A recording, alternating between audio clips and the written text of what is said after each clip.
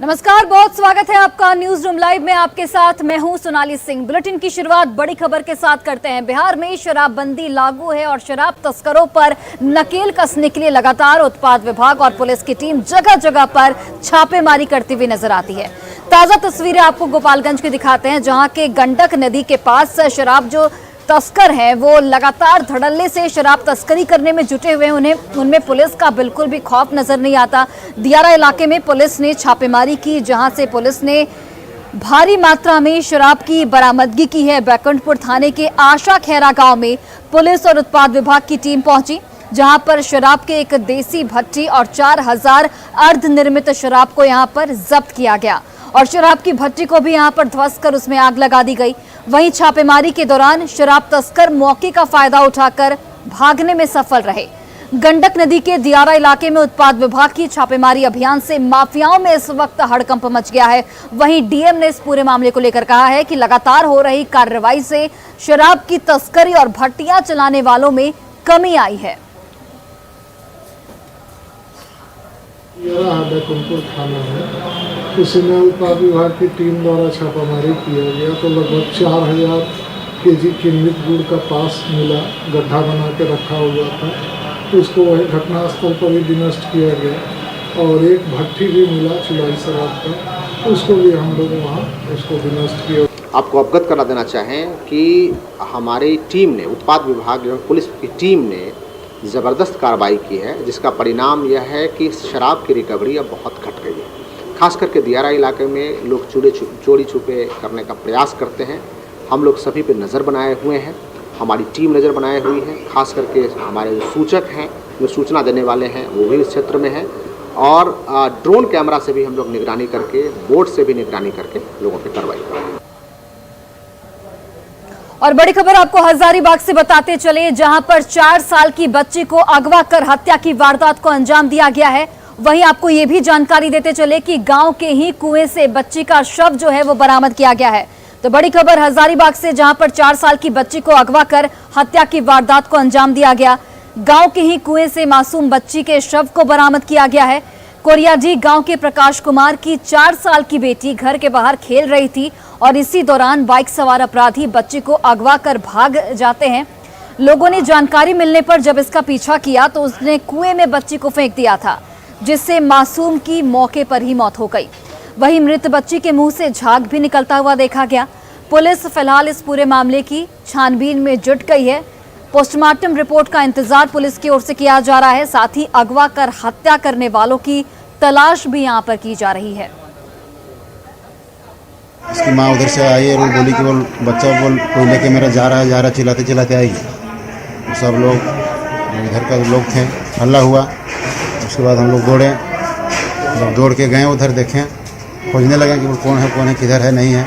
चारों ओर से बहुत आदमी गांव वाला दौड़ा, खोजने लगे तुरंत। तो घर से ज़्यादा दूर नहीं, 150 मीटर की दूरी में कुआं है, वहीं पे देखेंगे कुआं में। और देखिए, मनरेगा घोटाला मामले में एक बार फिर से विशाल चौधरी की मुश्किलें जो हैं वो बढ़ती हुई नजर आ रही हैं। आपको बताते चले कि 28 नवंबर को विशाल चौधरी को ईडी के समक्ष पेश होना है, जहां पर ईडी की ओर से तमाम सवालात उनसे इस पूरे घोटाले को लेकर पूछे जाएंगे।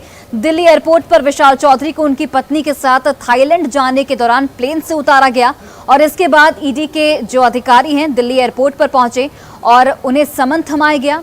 विशाल चौधरी के बारे में ज्यादा जानकारी दे रहे हैं हमारे सहयोगी अविनाश कुमार। मनरेगा घोटाला मामले में विशाल चौधरी 28 नवंबर को ईडी दफ्तर में हाजिर होंगे। विशाल चौधरी को दिल्ली एयरपोर्ट पर लुकआउट नोटिस के बाद सुरक्षा कर्मियों ने कल रोका है। वो उस वक्त अपनी पत्नी के साथ थाईलैंड जा रहे थे। पहले से ही ईडी के द्वारा उन्हें कई बार सम्मन देने के बाद भी जब वो हाजिर नहीं हुए, जब पूछताछ में उनके द्वारा सहयोग नहीं किया जा रहा था, तब ये लुकआउट नोटिस जारी किया गया था। कल सुरक्षा कर्मियों ने उन्हें प्लेन से पत्नी के साथ उतारा और ईडी के अधिकारियों को इसकी जानकारी दी। बाद में ईडी के अधिकारियों ने वहीं एयरपोर्ट पर 28 नवंबर को लेकर एक समन उन्हें थमाया है और उन्हें हाजिर रहने को कहा गया है। अगर आप विशाल चौधरी की बात करें तो ये पूरे मनरेगा मामले में इसलिए महत्वपूर्ण हो जाते हैं, पिछली बार भी इन्हें पूछताछ के लिए बुलाया गया था, देर रात तक पूछताछ की गई थी। अशोकनगर में इनका दफ्तर है और इन पर ये आरोप है कि झारखंड के कई बड़े अधिकारी जो इस वक्त कई विभागों के महत्वपूर्ण पद पर हैं, उनके घर आना जाना रहा है। उनके घर देर रात तक जो पार्टियां होती थी उसमें अधिकारी आते थे और विशाल चौधरी से उनके बहुत ही बेहद मधुर संबंध थे। तो अब ये देखना होगा कि 28 नवंबर को जब यहाँ विशाल चौधरी आएंगे और मनरेगा घोटाला मामले में जब पूछताछ आगे बढ़ेगी, तब कितने अधिकारियों के गले की फांस और मजबूत होती है। न्यूज़ 18 के लिए अविनाश कुमार, रांची। और भागलपुर में बिहार के सबसे बड़े सृजन घोटाला मामले को लेकर सीबीआई की ओर से लगातार कार्रवाई की जा रही है। इसी क्रम में तिलका मांझी के एक युवक अरुण कुमार को सीबीआई की टीम की ओर से गिरफ्तार किया गया है और उससे लगातार पूछताछ की जा रही है। आपको बताते चले कि अरुण कुमार पहले डीआरडीए के क्लर्क थे और रेवेन्यू विभाग में भी वो क्लर्क के पद पर तैनात रह चुके हैं। सृजन घोटाले के बाद सीबीआई ने उन्हें भी आरोपी बनाया था और कोर्ट ने उनकी गिरफ्तारी का आदेश यहां पर जारी किया था। इस पर अधिक जानकारी दे रहे हैं हमारे सहयोगी आशीष रंजन। बिहार के सबसे बड़े घोटाले सृजन घोटाले में बड़ी कार्रवाई हुई है। सीबीआई की टीम ने अरुण कुमार रजक जो लिपिक थे उनको गिरफ्तार किया है। ये रेवेन्यू विभाग में लिपिक थे और इनकी गिरफ्तारी आज सीबीआई के द्वारा की गई है और अभी जो है मेडिकल जांच के लिए यहाँ पर लाया गया। धर्मेंद्र कुमार जो हैं सीबीआई टीम के सदस्य हैं और वो यहाँ पर लेकर पहुँचे हुए हैं। सर किनकी गिरफ्तारी हुई है सर? आप सर प्लीज़ सर एक अब हमको प्रोसीडिंग करने दीजिए प्लीज़, अभी काम बहुत है। आप क्या नाम क्या है सर इनका, खाली बता दिया जाए सर। एक प्लीज़ तो यहाँ पर अभी जो है जांच कराने में टीम लगी हुई है। अभी टीम कुछ भी नहीं बताना चाह रही है। वहीं आप देख सकते हैं कि इन्हें सदर अस्पताल में मेडिकल जांच के लिए लाया गया है। बिहार के सबसे बड़े घोटाले सृजन घोटाले, जिसमें 1700 करोड़ रुपए का घोटाला हुआ था और उसमें जो है ये टीम जो है यहाँ पर अरुण कुमार को यहाँ पर गिरफ्तार करके लाई है और इनका मेडिकल जाँच कराया जा रहा है। लगातार जो है सीबीआई टीम के द्वारा जो है घोटाले के आरोपियों पर दबिश दी जा रही है। वहीं जो सृजन के मुख्य आरोपी हैं रजनी प्रिया और अमित कुमार, उनकी गिरफ्तारी अभी तक नहीं हो पाई है, जिनकी गिरफ्तारी के लिए भी इश्तिहार पिछले दिनों चिपकाया गया है और अब जो है सीबीआई की टीम उनकी भी तलाश सरगर्मी से कर रही है। देखने वाली बात होगी कि मुख्य आरोपी जो हैं उनकी गिरफ्तारी कब तक सुनिश्चित की जा सकती है। आशीष रंजन, न्यूज़ 18 भागलपुर। और गढ़वा की आपको खबर बताते हैं, जहां पर सुरक्षा बलों को नक्सलियों के खिलाफ एक बड़ी सफलता मिली है। सुरक्षा बलों ने नक्सलियों के छिपाए गए 12 आईडी बम को बरामद किया और उस बम को डिफ्यूज भी किया गया। तो एक बड़ी सफलता सुरक्षा बलों को नक्सलियों के खिलाफ मिली है। गढ़वा पुलिस, झारखंड जगुआर और सीआरपीएफ के ज्वाइंट ऑपरेशन में बूढ़ा पहाड़ में 12 आईडी बम बरामद किए गए हैं। नक्सलियों ने ये शक्तिशाली बम सुरक्षा बलों को नुकसान पहुंचाने, उनको निशाना बनाने के लिए लगा रखा था, पर तेज तर्रार जवानों ने समय रहते इन बमों को पता लगाया, उसे डिफ्यूज कर दिया और इससे बड़ा हादसा जवानों की ओर से यहां पर टाला गया और नक्सलियों की एक बड़ी साजिश को यहां पर नाकाम कर दिया गया है।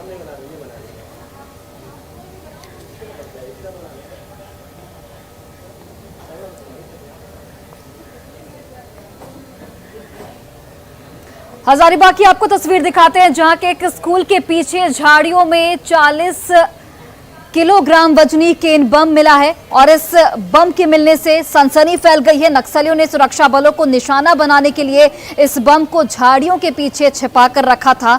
गुप्त सूचना के आधार पर हजारीबाग के एसपी ने झारखंड जगुआर की बीडीडीएस टीम को घटनास्थल पर भेजा और इस टीम ने केन बम को निष्क्रिय कर दिया, यानी कि डिफ्यूज कर दिया है।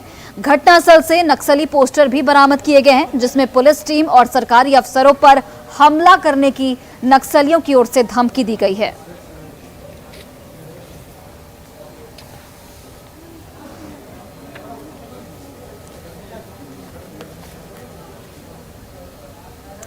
बिहार में ठंड बढ़ गई है और इसके चलते जो गरीब लोग हैं, जो असहाय लोग हैं, वो बेहद परेशानी झेल रहे हैं और इसी के लिए बिहार के अलग अलग जिलों में रैन बसेरा तैयार किया गया है। नालंदा की आपको तस्वीरें दिखा रहे हैं, जहां के कारगिल बस स्टैंड में एक रैन बसेरा को तैयार किया गया है और इस दौरान रैन बसेरे की जो सुविधाएं हैं वो भी आपको बताते चले। कुल 17 बेड यहाँ पर लगाए गए हैं, जिससे कि लोग ठंड के मौसम में खुले आसमान के नीचे न रहकर इस रैन बसेरे में रात गुजार सकें।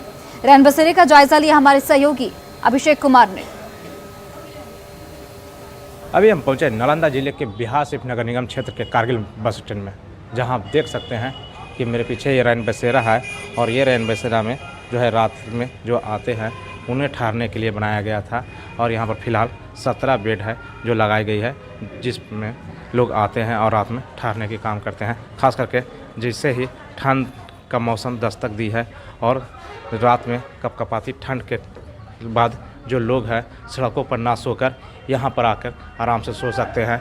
आप देख सकते हैं किस तरह से जो है बेड के साथ साथ जो है यहाँ पर मच्छरदानी, कंबल का भी व्यवस्था की गई है और यहाँ पर जो है कि कुल टोटल 17 बेड जो है 2 कमरे में लगाई गई है, जहाँ लोग आकर रात गुजारते हैं और ठंड से अपनी बचाव करते हैं। तो यहाँ पर और है, इस रूम में भी दिखा दें किस तरह से जो है यहाँ पर जो सभी जो यात्री है, जो खमचा वाले हैं, ठेला वाले हैं, ये रात को गुजारने के लिए यहाँ पर अच्छी सुविधा यहाँ उपलब्ध कराई गई है और ख़ास करके यहाँ जो है कि बेड का जो व्यवस्था कराया गया है। हालांकि सबसे बड़ी बात है कि यहाँ पर खाना की व्यवस्था फ़िलहाल नहीं है और इनका कहना है कि खाना का जो है व्यवस्था तो सुविधा है लेकिन यहाँ बनाने वाली नहीं है। और रात को जो आते हैं उनको ठहराते हैं। ये कौन सा रैन बसेरा है? ये कारगिल बस स्टैंड रैन बसेरा है। हाँ, तो कितना बेड यहाँ लगा हुआ है? यहाँ 17 बेड अभी नीचे में फ़िलहाल लगा हुआ है, बाकी ऊपर में है तब सुरक्षा कर्मी रहते हैं। तो यहाँ खाना वाना की व्यवस्था है? खाना की व्यवस्था रात के ठहरते हैं उनके लिए हो जाता है, बना देते हैं। अच्छा, तो ये भी पता चल रहा है कि यहाँ पर रात में खाना नहीं बनता है, होटल में खाते हैं लोग? नहीं, कभी कभी नहीं बनता है, आदमी नहीं आते हैं तो, लेकिन बनता है। इनका साफ कहना है कि यहाँ निःशुल्क सेवा है और लोगों को ठहरने के लिए यहाँ पर व्यवस्था की गई है। खास करके जो है रात में जिस तरह से जो ठंड का मौसम आ गई है और लोग रात में ठिठुरन न महसूस करें, रात में खुले आसमानों के नीचे ना सोए, इसके लिए यहाँ पर रैन बसेरा बनकर तैयार है और लोग यहाँ पर आकर ठहर सकते हैं। नालंदा से न्यूज़ 18 के लिए अभिषेक कुमार। और ठंड बढ़ने के साथ ही अस्पताल में मरीजों की संख्या भी बढ़ती जा रही है। आपको पटना के न्यू गार्डिनर हॉस्पिटल की तस्वीर दिखाते हैं, जहां के ओपीडी में रोजाना 400 से 500 मरीज पहुंचते हैं और इसकी वजह से अस्पताल के जो कर्मी हैं वो थोड़े बहुत परेशान जरूर हो रहे हैं। अस्पताल के निदेशक की अगर माने तो तापमान में गिरावट के बाद खासकर डायबिटीज, अस्थमा, बीपी के मरीजों की परेशानी ज्यादा बढ़ने लगी है। न्यू गार्डिनर अस्पताल का जायजा लिया हमारे सहयोगी रजनीश कुमार ने। बिहार में मौसम में बदलाव और ठंड में बढ़ोतरी की वजह से अस्पतालों में मरीजों की संख्या बढ़ने लगी है और अस्पताल पर दबाव भी बढ़ने लगा है।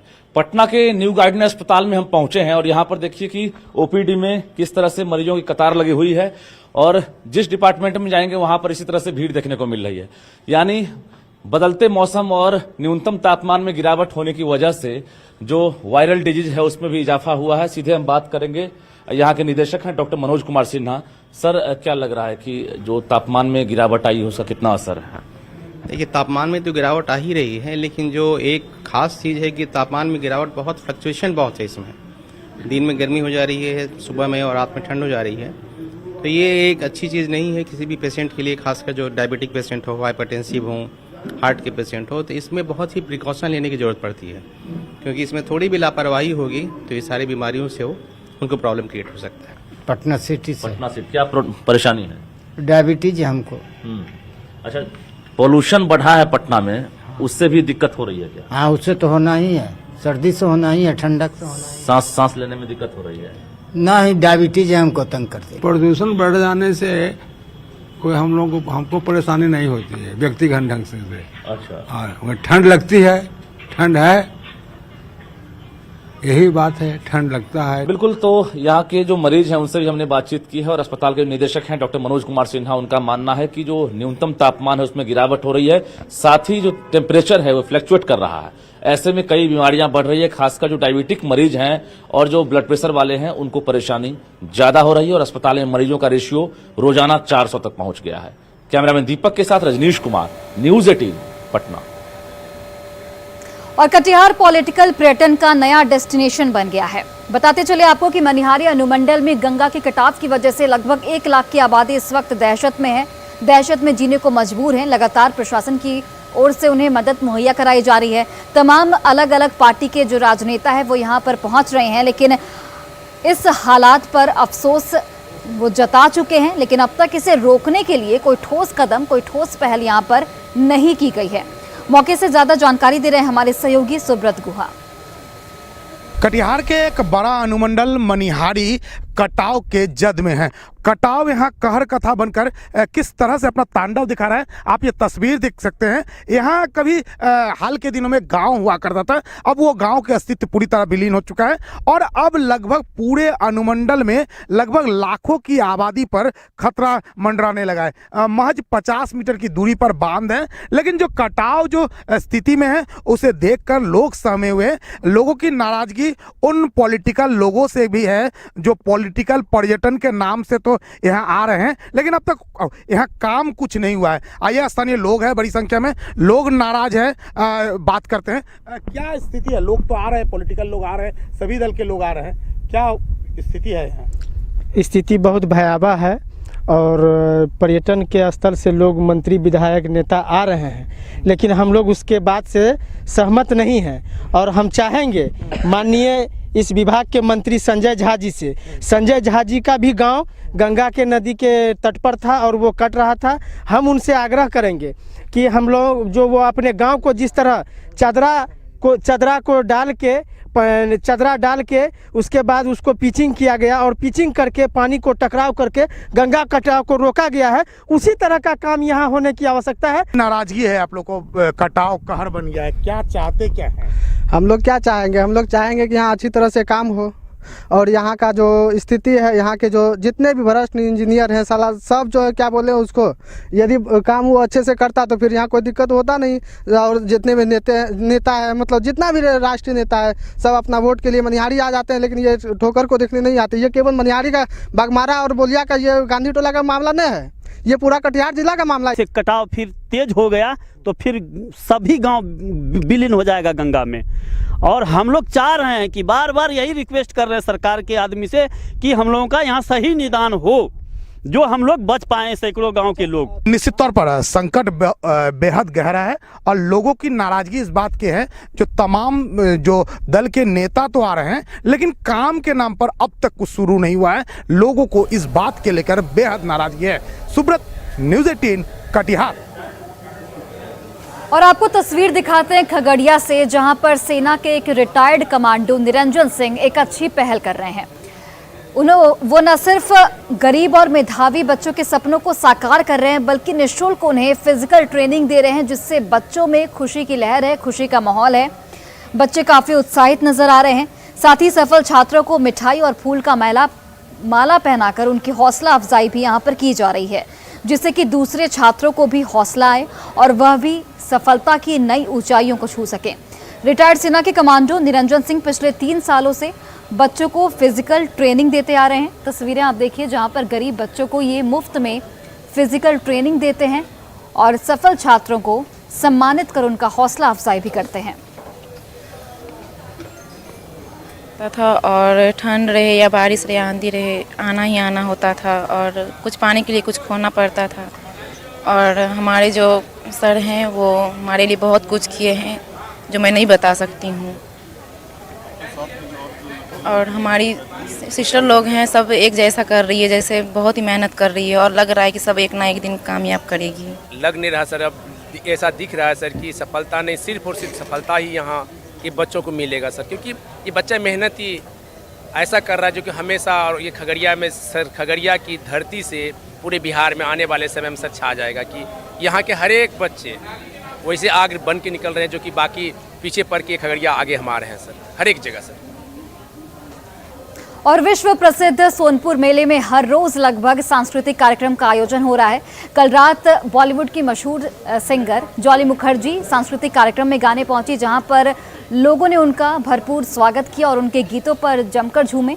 तस्वीरें आप देखिए, जहां पर सिंगर जॉली मुखर्जी ने लोगों को यहां पर मंत्रमुग्ध कर दिया अपने गीतों के जरिए। बॉलीवुड गाने पर जो दर्शक हैं वो जमकर झूमे।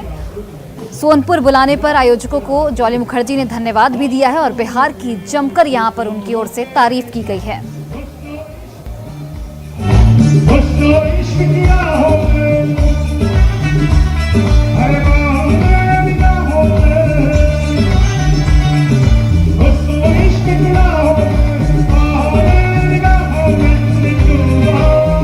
सोनपुर और दूसरा बोलिए, इतने प्यारे लोग हैं। बिहार तो ऐसे भी सब अच्छे लोग हैं।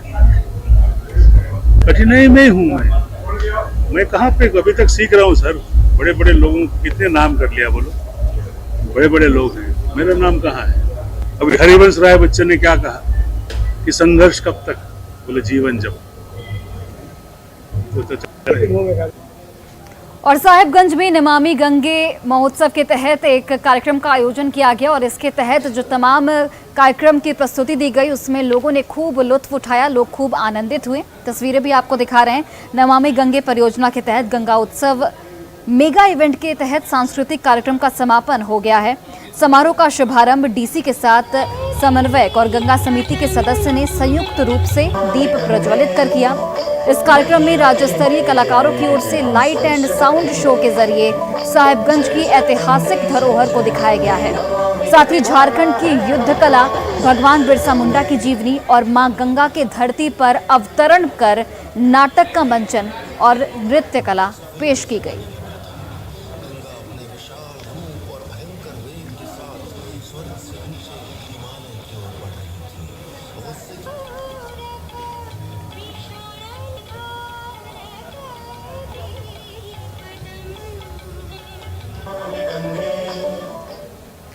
और साहिबगंज में नौका रेस का आयोजन किया गया, जिसमें लगभग 14 टीमों ने हिस्सा लिया। सभी जो टीम के लोग थे वो बेहद उत्साहित नजर आए। तस्वीरें आप देखिए, साहिबगंज में प्रशासन और जिला गंगा समिति की ओर से नौका रेस का आयोजन किया गया। इस दौड़ में कुल 14 टीमों ने हिस्सा लिया। डीसी ने मछुआ सोसाइटी को नौका रेस के आयोजन के लिए धन्यवाद दिया है। साथ ही गंगा नदी के साथ ही उसके तट और आसपास के इलाकों को स्वच्छ रखने की भी यहाँ पर लोगों से अपील की गई। नौका रेस में प्रतियोगी नंबर 4 योगेश चौधरी टीम के चैंपियन बने।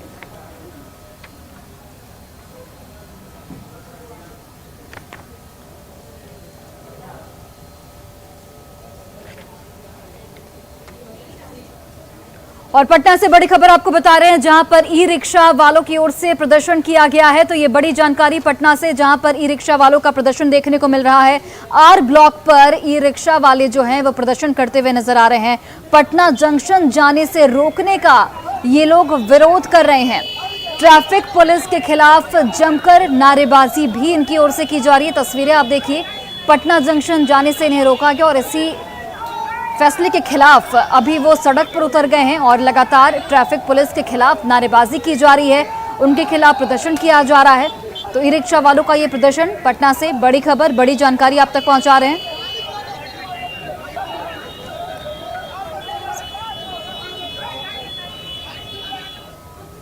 और फिलहाल इस बुलेटिन में बस इतना ही। आप देखते रहिए न्यूज़ 18 बिहार झारखंड।